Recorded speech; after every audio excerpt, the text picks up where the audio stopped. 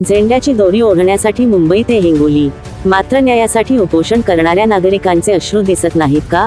हिंगोलीचे पालकमंत्री नरहरी झिरवाळ यांच्या भूमिकेवरून आता तीव्र संताप व्यक्त केला जात आहे. स्वातंत्र्य दिनाच्या दिवशी देशभर लोकशाही, स्वातंत्र्य आणि संविधानाच्या मूल्यांचा जयघोष होत असताना हिंगोली जिल्हाधिकारी कार्यालयासमोर आपल्या विविध मागण्यांसाठी नागरिकांचे उपोषण सुरू आहे. मात्र पालकमंत्री नरहरी झिरवाळ यांनी या उपोषणकर्त्यांची भेट घेतली नसल्याचा आरोप करत बहुजन समाज पार्टीचे माजी महाराष्ट्र प्रदेश सचिव आणि सामाजिक कार्यकर्ते ॲड. प्रज्ञावंत मोरे यांनी पालकमंत्र्यांच्या भूमिकेचा तीव्र निषेध केला आहे. ध्वजारोहणासाठी मुंबई ते हिंगोली येण्यासाठी वेळ आहे, मात्र आपल्या न्याय मागण्यांसाठी उपोषण करणाऱ्या नागरिकांसोबत 2 शब्द संवाद साधण्यासाठी वेळ नाही, हा कोणता लोकशाहीचा आदर्श? असा सवाल ॲड. प्रज्ञावंत मोरे यांनी उपस्थित केला. पालकमंत्री हे जिल्ह्याचे पालक असतील तर उपोषणकर्ते त्यांच्या दृष्टीने परके का? जनतेच्या समस्या ऐकणे आणि त्यावर प्रशासनाला आवश्यक निर्देश देणे ही पालकमंत्र्यांची जबाबदारी असल्याचे मोरे यांनी म्हटले आहे. दरम्यान हिंगोली जिल्ह्यातील विविध भागांतील आंदोलनकर्त्यांना भेटून त्यांच्या प्रश्नांवर कायदेशीर मार्गदर्शन करण्याचा प्रयत्न केल्याचेही ॲड.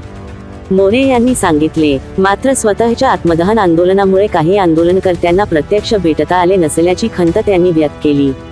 जनतेच्या प्रश्नांपासून दूर राहून केवळ औपचारिक कार्यक्रमांना उपस्थित राहणे म्हणजे पालकत्व नव्हे. पालकमंत्र्यांनी तातडीने सर्व उपोषणकर्त्यांची भेट घेऊन त्यांच्या मागण्या ऐकाव्यात आणि संबंधित अधिकाऱ्यांना ठोस कार्यवाहीचे निर्देश द्यावेत, अशी मागणी करण्यात आली आहे. लोकांच्या प्रश्नांपेक्षा झेंड्याची दोरी मोठी झाली असेल तर ही लोकशाहीसाठी चिंतेची बाब आहे, असा इशारा ॲड. प्रज्ञावंत मोरे यांनी दिला आहे. सगळे लोकप्रतिनिधी तिथे बसा म्हणजे तुम्ही एकटे झेंडा वंदनला जाता, असं आहे का कुठे प्रोटोकॉल मध्ये?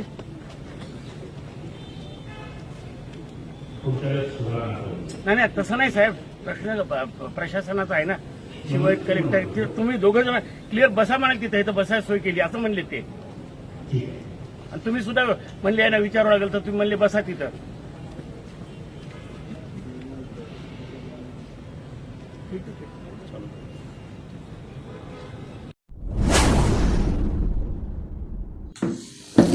लोक परिवर्तन न्यूज लाईव्ह, लोकशाहीचा बुलंद आवाज.